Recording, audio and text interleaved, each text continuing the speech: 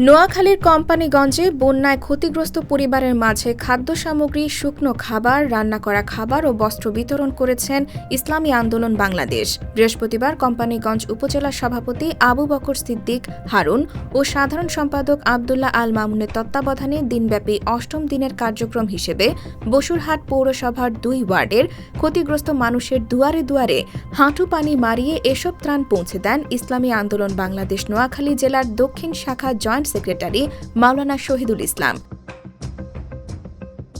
তিনি বলেন, কেন্দ্রীয় নির্দেশনা হিসেবে নোয়াখালীতে আমাদের প্রত্যেকটি উপজেলায় বন্যায় ক্ষতিগ্রস্তদের পাশে দাঁড়ানোর কার্যক্রম চলমান রয়েছে। তারই ধারাবাহিকতায় কোম্পানিগঞ্জে গত ৮ দিন যাবৎ আমাদের দায়িত্বশীলগণ নিরলসভাবে কাজ করে যাচ্ছেন। এখন পর্যন্ত প্রায় ২৫০০ পরিবারকে সহায়তা দিয়েছেন এবং আরও ২৫০০ পরিবারকে সহায়তা পৌঁছানোর প্রস্তুতি নিচ্ছেন বলে আশ্বস্ত করেছেন জেলা জয়েন্ট সেক্রেটারি মাওলানা শহীদুল ইসলাম। ২৩ আগস্ট থেকে যখন বন্যা শুরু হয়েছে, কোম্পানিগঞ্জ উপজেলা ইসলামী আন্দোলন বাংলাদেশ সর্বোপরি প্রত্যেক মানুষের কাছে গিয়ে ত্রাণ সহযোগিতা পৌঁছে দেওয়ার জন্য চেষ্টা করতেছে। আমরা জেলা থেকে উপজেলাকে যতটুকু সহযোগিতা করার দরকার আমরা করেছি, ইনশাল্লাহ সামনেও করব। আজকে আমরা সরেজমিনে এসেছি তদারকি করার জন্য।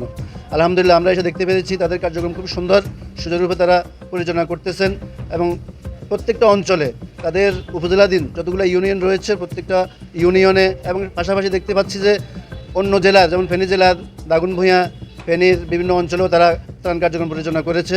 নোয়াখালী জেলা তাদের এই উপজেলার কার্যক্রমে আমরা সন্তুষ্ট।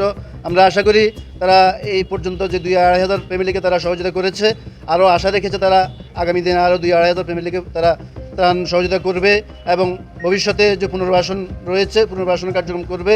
আমরা আশা করি তারা বিগত দিনে যেরকমভাবে ত্রাণ কার্যক্রম পরিচালনা করেছে সামনেও তারা তাদের ত্রাণ কার্যক্রমকে এভাবে পরিচালনা করবে, সুচারুরূপে সুন্দরভাবে পরিচালনা করবে আমরা আশা করি এবং তাদের প্রতি আমরা আশাবাদ ব্যক্ত করি। আমরা তাদের চলতি আগস্ট মাসের ২৩ তারিখ থেকে যে বন্যা হয়েছে নোয়াখালী এবং নোয়াখালীর পার্শ্ববর্তী জেলা ফেনী সহ যে বন্যা কবলিত হয়েছে, এই বন্যা কবলিত এলাকাগুলোতে ইসলামী আন্দোলন কোম্পানিগঞ্জ উপজেলা শাখার পক্ষ থেকে আমরা ত্রাণ কার্যক্রম সহ বিভিন্ন উদ্ধার কার্য এবং বস্ত্র বিতরণ সহ বিভিন্ন কার্য সম্পাদন করে আসছি।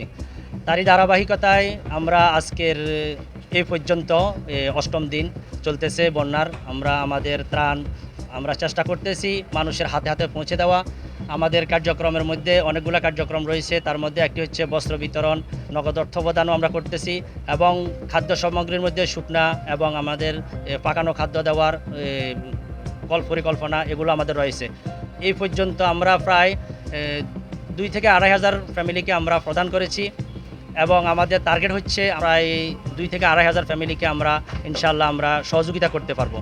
এ সময় আরও উপস্থিত ছিলেন উপজেলা সহসভাপতি এইচ.এম. শহীদুল ইসলাম, সহসভাপতি মাওলানা আব্দুল মোতালেব, সাংগঠনিক সম্পাদক আমিরুল ইসলাম, সহ সাংগঠনিক সম্পাদক মুমিনুল হক, সাবেক ছাত্রনেতা ফখরুদ্দিন শান্ত, ইসলামী ছাত্র আন্দোলন কোম্পানিগঞ্জ উপজেলা সভাপতি বেলাল হোসেন সহ সংগঠনের বিভিন্ন নেতৃবৃন্দ উপস্থিত ছিলেন।